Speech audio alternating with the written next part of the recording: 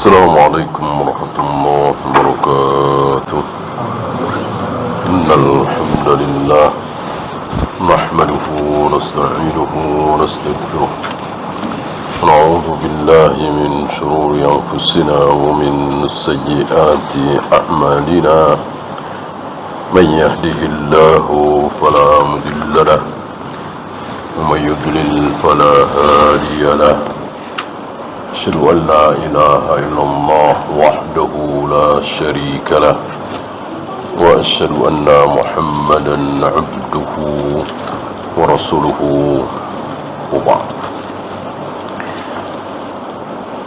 Terakhir tentang 3 kemungkinan ketika kita berdoa.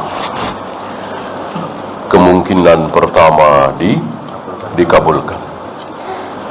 Kemungkinan kedua ditunda.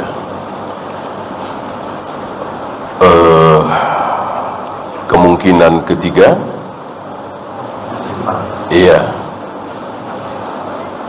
sarafa anhu minas su'i mitlaha, dijauhkan dari keburukan yang serupa.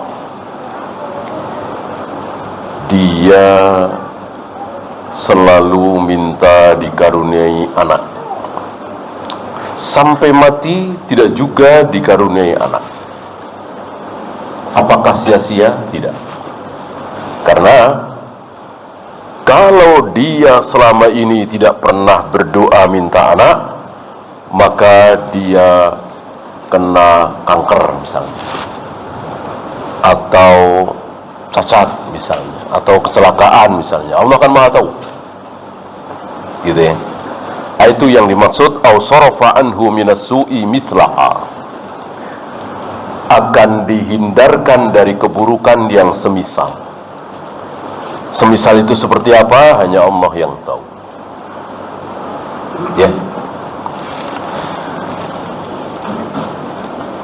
Ya, ini hadis 1501.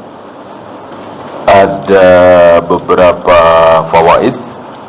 Yang pertama sudah ya, da'watul muslimi mustajabatun la turaddu, bahwa doa seorang muslim itu insyaallah diijabah.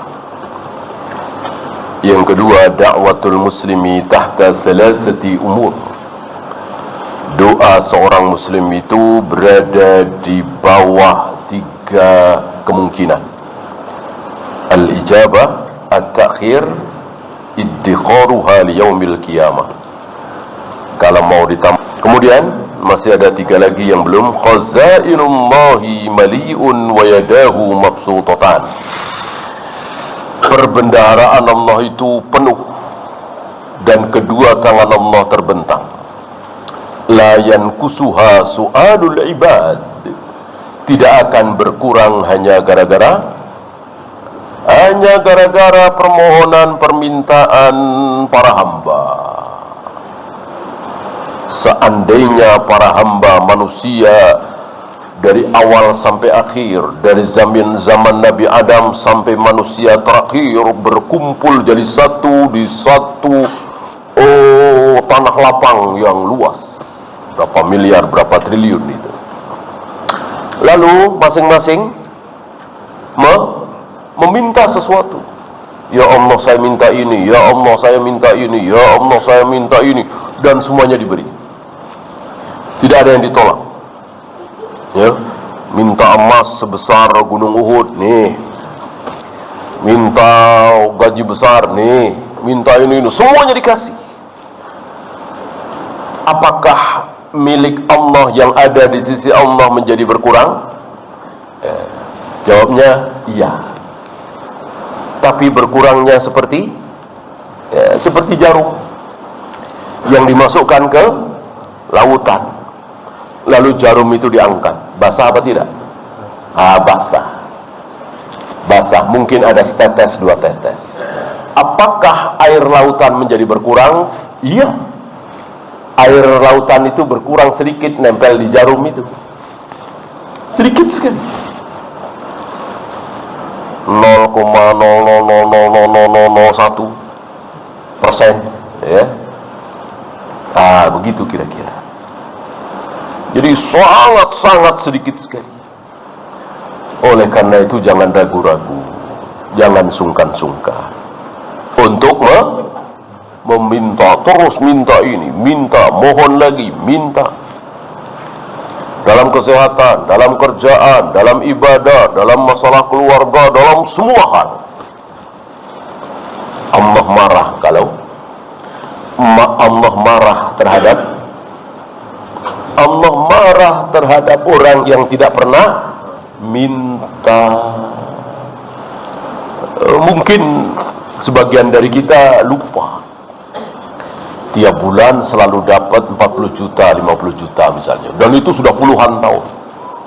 Badan sehat, apa yang diingini terlaksana, seolah dia nggak butuh. Lalu dia nggak pernah minta, nggak pernah mohon, nggak pernah berdoa. Inilah Allah marah. Ya, kita harus sadar, nikmat kita yang luar biasa itu, kalau Allah mau cabut, mudah sekali, sangat mudah sekali. Siapa sangka coba, orde baru yang begitu kuat luar biasa tiba-tiba hilang dalam sekejap. Siapa sangka? Dan contoh seperti itu kan banyak sekali. Dan seandainya contoh seperti itu menimpa kita, tidak mustahil. Tiba-tiba kita kena kanker, tiba-tiba kita terserang jantung, tiba-tiba kita kecelakaan, tiba-tiba. Ini tidak mustahil. Dan negeri yang sedang kita diami ini memang seperti itu. Dan itu bukan satu dua di kiri kanan kita, betul-betul tiba-tiba. Ya. Nanti kita akan sampai ke satu negeri yang di situ tidak ada, ya, nggak ada sakit, nggak ada kecelakaan, nggak ada tiba-tiba kena kanker, serangan jantung, nggak ada, tidak ada, betul-betul aman. Salamun qawlan min rabbir rahim. Ke tempat itulah kita berlomba. Fi dzalika falyatanafasil mutanafisun. Kalau kita mau berlomba ke situ. Banyak dari kita salah dalam berlomba, dalam karir, dalam jabatan, dalam pekerjaan, dalam dagang, kita berlomba bersaing. Ke surga kita tidak bersaing. Sementara pendahulu kita, para sahabat, luar biasa bersaing. Salah satu contoh besar, siapa? Umar terus berlomba melawan Abu Bakar, ya. Kala itu menjelang perang Tabuk, Umar mengatakan, kali ini aku harus menang. Insya Allah untuk kali ini aku menang. Berarti selama ini selalu kalah. Berlomba dengan Abu Bakar, meraih ridha Allah, surga, pahala. Maka Umar siapkan berapa? Separuh hartanya. Separuh hartanya. Kalau sekarang antum punya 1 miliar, ya setengah miliar. Antum punya 200 juta, 100 juta. Ternyata Abu Bakar menyerahkan seluruh hartanya. Di sini keluar ucapan jujur dari mulut Umar, aku tidak akan menang melawan Abu Bakar, berlomba melawan Abu Bakar. Inilah salaf kita, berlomba. Oleh karena itu barangkali antum punya teman yang sebulan sekali nengokin ibu, antum cuman setahun sekali, padahal nggak jauh-jauh amat di Bandung misalnya. Sementara teman antum ini di Semarang atau Surabaya. Antum merasa kalah. Kira-kira begitu. Dipamerkan di hadapan Allah tentu.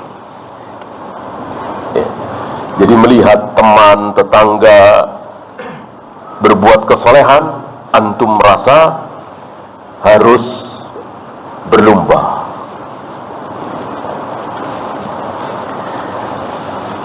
Kemudian istihbabul ilhahi fit talab, disunahkan ketika memohon kepada Allah itu ilhah. Apa? Alaha yulihu ilhahan, merengek-rengek, merintih, merengek-rengek kayak anak kecil gitu. Ya Allah, berikan kepada, ya Allah, begitu ya. Aku butuh, ya Allah, ya Allah gitu. Keliru kalau kita berdoa diserahkan kepada Allah. Ya Allah, Engkau Maha tahu, tentu antum tahu apa yang aku butuhkan, ya Allah. Kalau Engkau kasih, kalau nggak mau ya udah. Nah, tentu bukan berdoa, bukan sifat berdoa ilhah ya. Justru merengek, memohon merengek, sifat berdoa seperti itu. Lianna fi dzalika idharu tatarru'i wal faqati wal ajri lillahi tabaraka wa ta'ala. Karena dengan ilhah tersebut, merengek, merintih tersebut, menunjukkan bahwa kita ini tatarru, butuh kepada Allah, kita ini lemah, Allah itu luar biasa kaya, dan Allah melakukan sesuatu sekehendak Dia, mau kasih, mau enggak, maka kita terus merengek ya, merintih, tidak seperti tadi.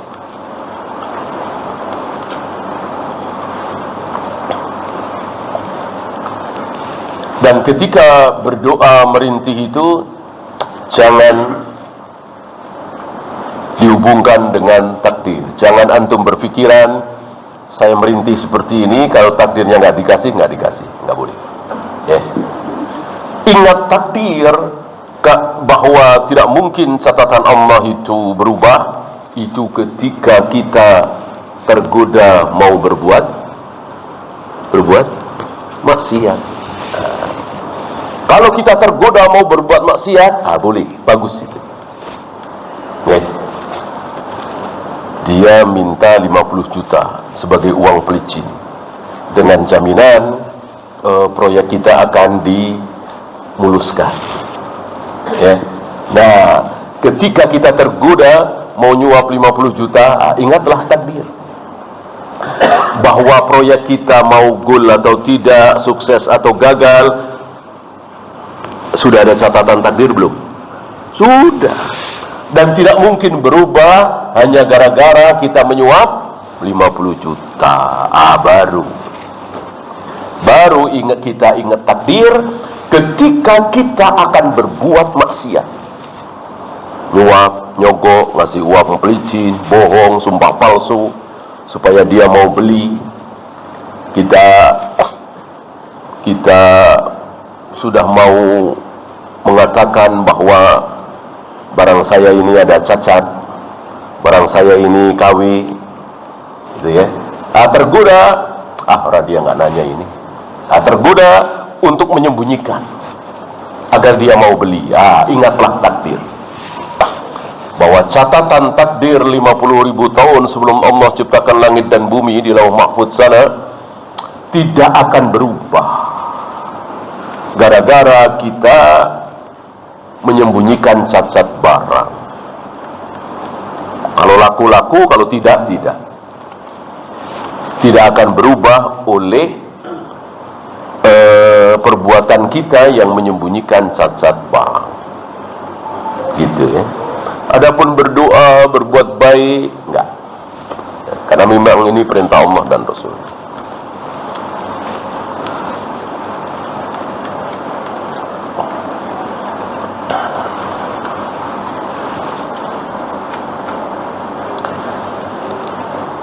Kemudian istihbabus su'alil katsir, disunahkan untuk berdoa yang banyak sekali. bentar-bentar berdoa, bentar-bentar meminta, bentar-bentar memohon. Dan Allah senang ketika permohonan kita itu apa? Ketika permohonan kita itu besar. Allah kurang senang kalau permohonan kita itu kecil-kecil. Wah, cuma 1.000, 2.000, sejuta, 2 juta, Allah nggak suka. Kalau minta besar sekalian, apa? Surga. Tidak ada milik Allah yang lebih berharga dari surga. Tidak ada kenikmatan yang lebih besar dari surga. Minta surga. Wa idza sa'alta fas'al jannatal firdaus. Kalau engkau minta kepada Allah, mintalah surga firdaus. Enggak tanggung-tanggung. Maka tidak boleh dalam berdoa itu nggak usah banyak-banyak ya. Yang penting saya nggak masuk neraka aja ya Allah. Ya. Jadi minta yang besar sekalian. Dan sekali lagi hadis ini, perintah Nabi ini tidak hanya ditujukan kepada orang-orang soleh, Abu Bakar, Umar, para sahabat, Imam Syafi'i, Imam Bukhari, tidak.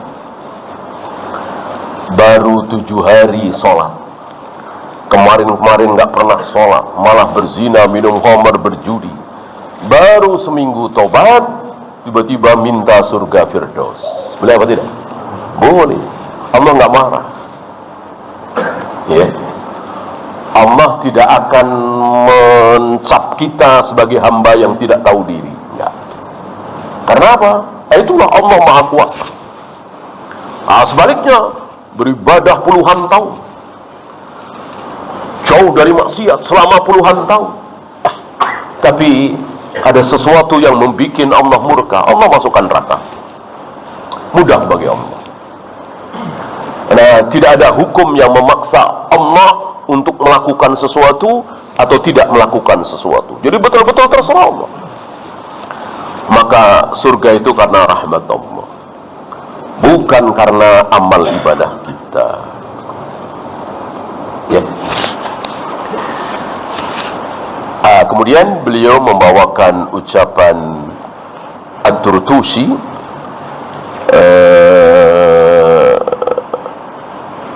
saya bacakan ya. Ucapan beliau, inna ba'dal mahlukin sa'ala hajatan.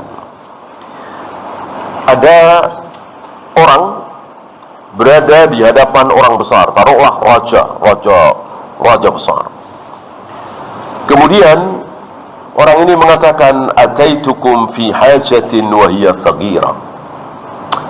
Wahai tuan raja, saya datang kemari memohon sesuatu yang kecil, yang sedikit. Ya. Biasanya raja yang besar, raja yang baik, raja yang azim marah. Ya. Ketika datang kepada sang raja ini orang yang meminta sesuatu yang kecil, istilah kita duit recehan.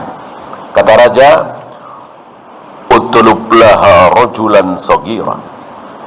Kalau begitu cari orang kecil, jangan cari aku. Kira-kira begitu. Orang besar itu akan tersinggung kalau diminta sesuatu yang kecil.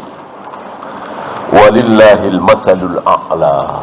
Allah maha besar, Allah maha tinggi, Allah maha kaya. Maka Allah tidak suka kalau diminta hal-hal yang kecil. Mintalah hal-hal yang besar. Ya, kita lanjut 1502 atau hadis terakhir dari bab ini. Setelah ini kita akan pindah bab karomah para wali. Jadi tentang doa, ini hadis terakhir. Saya kira banyak sekali ya hadis-hadis tentang doa sudah kita lewati. 1502 wa an ibni Abbasin radhiyallahu anhuma anna Rasulullah sallallahu alaihi wasallam kana yaqulu 'inda al-qarb. Ini dari Ibnu Abbas bahwa Nabi alaihi salatu wassalam saat terdesak, saat kepepet, saat terjadi huru-hara. Dan itu beberapa kali dialami oleh Nabi SAW. Ya. Nabi pernah berdua di dalam gua, sementara di mulut gua puluhan, hampir 100 pemuda Quraisy dan non-Quraisy dengan senjata lengkap ingin membunuh beliau. Ini kan luar biasa keadaan ini. Ya. Pernah pula Nabi bersama para sahabat dikepung dari 3 jurusan. Abu Sufyan dan bala tentaranya dari Mekah, kemudian orang-orang kafir Arab di sekitar Madinah, satu lagi orang-orang munafik yang ada di dalam Madinah. Kan mengerikan, 3 jurusan. Ya. Kemudian perang Hunain, perang Uhud, di mana kaum muslimin terdesak, seolah panah, tombak, senjata hanya ditujukan ke satu titik, yaitu badan Nabi SAW. Dan seterusnya. Sering Nabi berada dalam keadaan al-qarb, kegoncangan, huru-hara, dahsyat. Nah, apa yang diucapkan oleh Nabi di saat beliau terdesak seperti ini? Mari kita lihat.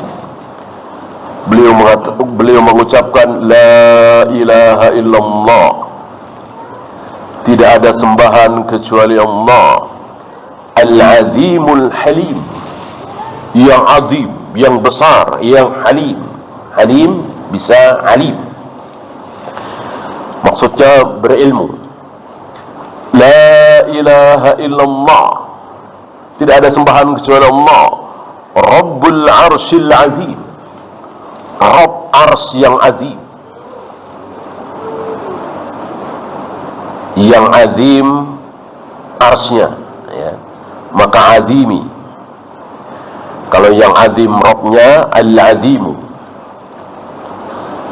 La ilaha illallah Rabbus samawat, tidak ada sembahan kecuali Allah, Rabb langit yang 7, wa Rabbul ardi, dan Rabb bumi, wa Rabbul arshil karim, dan Rabb ars yang karim. Ini ucapan beliau saat beliau berada dalam kegentingan. Yang diingat siapa? Allah Rabbul Alamin. Nggak ingat siapa-siapa. Nggak ingat Jibril, nggak ingat Mikail, nggak ingat sahabat-sahabat beliau. Yang diingat satu-satunya adalah Allah. Ada Azim, ada Halim, ada Rabbul Arshil Azim, ada Rabbus Samawat, Rabbul Ard, Rabbul Arshil Karim. Setidaknya ada 6 sifat yang beliau sebut tentang diri Allah. Menunjukkan bahwa beliau hanya berharap pertolongan Allah. Nah, lihat sebagian kita atau saudara-saudara kita penting, kepepet, telepon sana, telepon sini, kemudian berpikir gimana ngarang cerita, bikin skenario, lupa Allah. Sering kita seperti ini. Bolehkah kita minta bantuan kepada makhluk? Tentu boleh, asal masuk akal, ya. Tetapi jangan lupa, itu semua tidak ada gunanya kalau Allah tidak mengizinkan. Jadi yang pertama kali kita harapkan pertolongannya adalah Allah Rabbul Alamin. Ya, muttafaqun alaih fi kull hadis.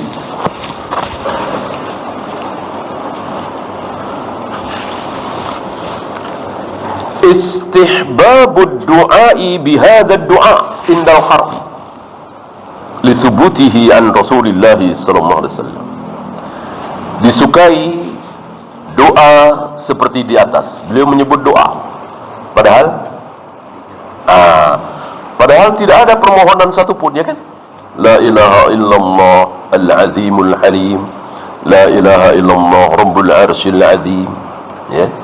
La ilaha illallah rabbus samawat wa rabbul ard wa rabbul arsyil karim. Tidak ada satupun permohonan, ya kan? Dari sini kita tahu bahwa doa itu bisa masalah, bisa ibadah. Ini doa ibadah. Kan dari awal sampai akhir ibadah semua. Menyanjung-nyanjung, memuji-muji, membesarkan Allah. Jelas ini ibadah. Ibadah disebut doa. Maka sholat, saum, zakat, haji bisa disebut dengan doa. Doa apa? Doa ibadah.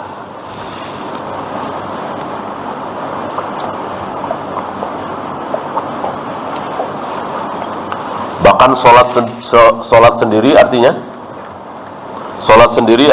doa, kan?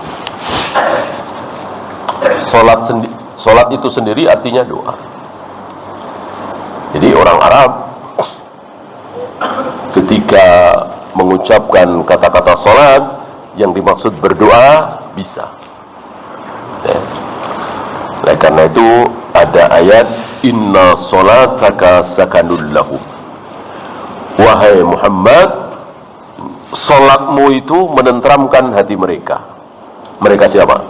Mereka orang-orang yang bayar zakat. Gitu. Apakah sholat subuh, sholat duhur, sholat asar sama maghrib? Bukan. Maksudnya sholat adalah doa. Wahai Muhammad, doamu itu menenteramkan mereka yang bayar zakat. Karena setiap kali ada orang yang bayar zakat diserahkan kepada Nabi alaihi salatu wassalam, Nabi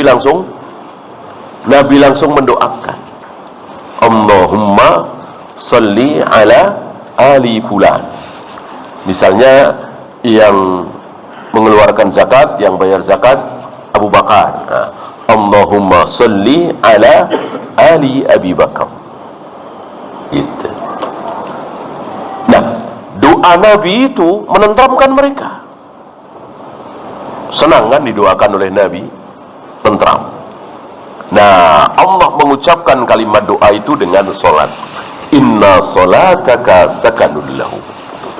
Sungguh solatmu itu ya Muhammad, maksudnya doamu itu menenteramkan hati mereka. Ya, ini sekaligus jawaban kepada saudara-saudara kita yang mengatakan ada bid'ah yang baik. Siapa yang pertama kali mengatakan adanya bid'ah yang baik, bid'ah hasanah? Mereka bilang Umar. Apa kata Umar? Ketika Umar pertama kali melihat kaum muslimin salat berjamaah tarawih setiap malam di bulan Ramadan diimami oleh Tamim Ad-Dari dan Ubay bin Ka'ab, Umar mengatakan, nikmatu bid'ah hadihi. Sebaik-baik bid'ah ini dia, salat tarawih berjamaah setiap malam di bulan Ramadan. Berarti menurut Umar ada bid'ah yang baik. Ya. Mereka lupa bahwa Umar mengucapkan bid'ah itu dalam arti bahasa, sama dengan sholat tadi. Ya. Karena sering kita bahas ya, sebelum Islam datang, sebelum Rasulullah lahir di Arab, Mekah, Madinah, sudah adakah kata-kata bid'ah? Sudah. Kata-kata sholat sudah ada? Sudah. Saum, haji, syariat, manhaj, akidah, rububiyah, uluhiyah, semuanya ada. Itu bahasa Arab mereka sehari-hari. Sholat itu tadi berdoa. Bid'ah itu hal-hal yang baru. Kemarin-kemarin nggak ada, sekarang ada. Sunnah itu jalan, saum itu menahan, haji itu mengunjungi, zakat itu mensucikan, dan seterusnya. Bahasa sehari-hari. Nah, bahasa sehari-hari bid'ah itu dipakai oleh Umar ketika Umar menyaksikan kaum muslimin sholat berjamaah tarawih setiap malam di bulan Ramadan. dari segi bahasa. Ini sebagus-bagus bid'ah, kemarin-kemarin nggak ada, sekarang ada, tapi ini bagus. Gitu. Bukan bid'ah dalam kaidah syar'i. Kata Nabi, kullu bid'atin dalalah wa kullu dalalatin finnar. Tapi secara kaidah bahasa. Nah, mungkin mereka membantah, lah ini kan ibadah. Kenapa Umar masih bawa-bawa kaidah bahasa? Ini kan ibadah, sholat tarawih. Kenapa masih memakai kaidah bahasa? Kita jawab tadi jangankan Umar, Allah sendiri masih memakai kaidah bahasa dalam masalah ibadah yang luar biasa, 5 waktu sholat. Jadi kata-kata sholat masih dipakai oleh Allah untuk kaidah bahasa. Apa tadi? Inna sholataka sakanul lahum. Sholatmu itu ya Muhammad menenteramkan hati mereka. Maksudnya doamu. Maka ketika Umar memakai kaidah bahasa dalam masalah sholat tarawih, ya nggak masalah. Allah sendiri memakai kaidah bahasa dalam masalah sholat, gitu ya.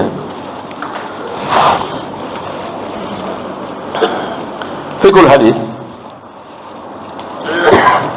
istihbabud du'ai bihadzal du'ai indal qarabi li subutihi an Rasulillah sallallahu alaihi wasallam. Disukai mengucapkan doa tadi saat terjadi huru-hara, karena memang ada contoh dari Nabi sallallahu alaihi wasallam. Karena dicontohkan oleh Nabi sallallahu alaihi wasallam, tidak perlu dibahas. Yang perlu diimani, diikuti, dipraktekkan, jangan dibahas. Kok Nabi enggak berdoa, ya Allah selamatkan aku dari huru-hara ini, misalnya, kan lebih mengenai ini. Ini dipraktekkan oleh Nabi, beliau yang paling benar, yang paling pintar dalam hal agama. Maka tentu lebih baik ucapan ini, la ilaha illallah al-azimul halim, la ilaha illallah rabbul arsyil azim, dan seterusnya, daripada mengangkat kedua tangan, ya Allah selamatkan aku dari musibah ini, ya Allah, mudah-mudahan ada kapal besar lewat melihat saya yang terumbang-ambing di tengah lautan di atas kayu kecil ini, misalnya. Ucapkan ini lebih baik, dan dicontohkan oleh Nabi sallallahu alaihi wasallam. Walaupun tentu tidak terlarang memohon seperti tadi. Yang kedua, ad-dawa'u syafi 'inda asy-syada'idi huwa tauhidullah. Dawa, obat yang sempurna, jalan keluar yang sempurna ketika terjadi huru-hara adalah mentauhidkan Allah. Betul-betul Allah ditauhidkan. Lihat sebagian saudara-saudara kita, terjadi huru-hara, terjadi malapetaka, ingat wali-wali yang sudah mati, ingat kuburan keramat, ingat masyayikh yang sudah dikuburan. Lihat Nabi sallallahu alaihi wasallam, ingat Jibril aja tidak. Karena itu masih ingat Nabi Ibrahim, detik-detik menjelang dibakar, Jibril datang, tidak minta tolong sedikit. Padahal kalau Jibril yang bergerak, habis semua itu. Habis semua, mana ada yang bisa mengalahkan Jibril. Tapi tidak ada. Tidak ada satupun kalimat yang keluar dari mulut Nabi Ibrahim, wahai Jibril, selamatkan aku, bantulah aku, tolonglah aku, hancurkan musuh-musuh ini. Nggak ada. Betul-betul beliau hanya berharap kepada Allah.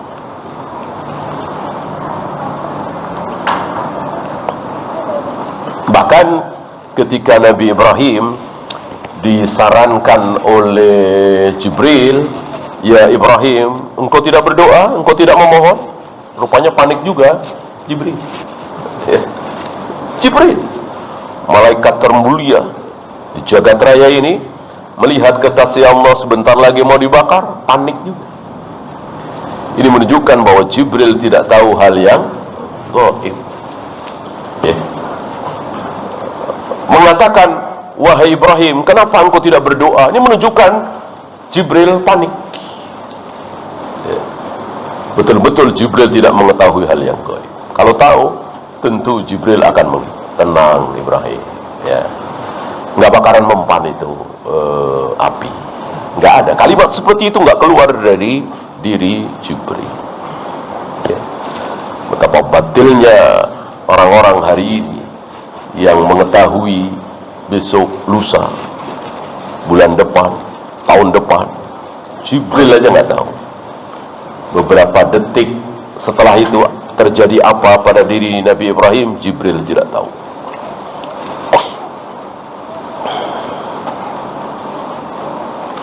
Wa munajatuhu bi asma'ihil husna wa sifatihil ulya, dan bermunajat, berbisik di hadapan Allah dengan menyebut nama-nama Allah yang husna dan sifat-sifat Allah yang tinggi dan sesuai.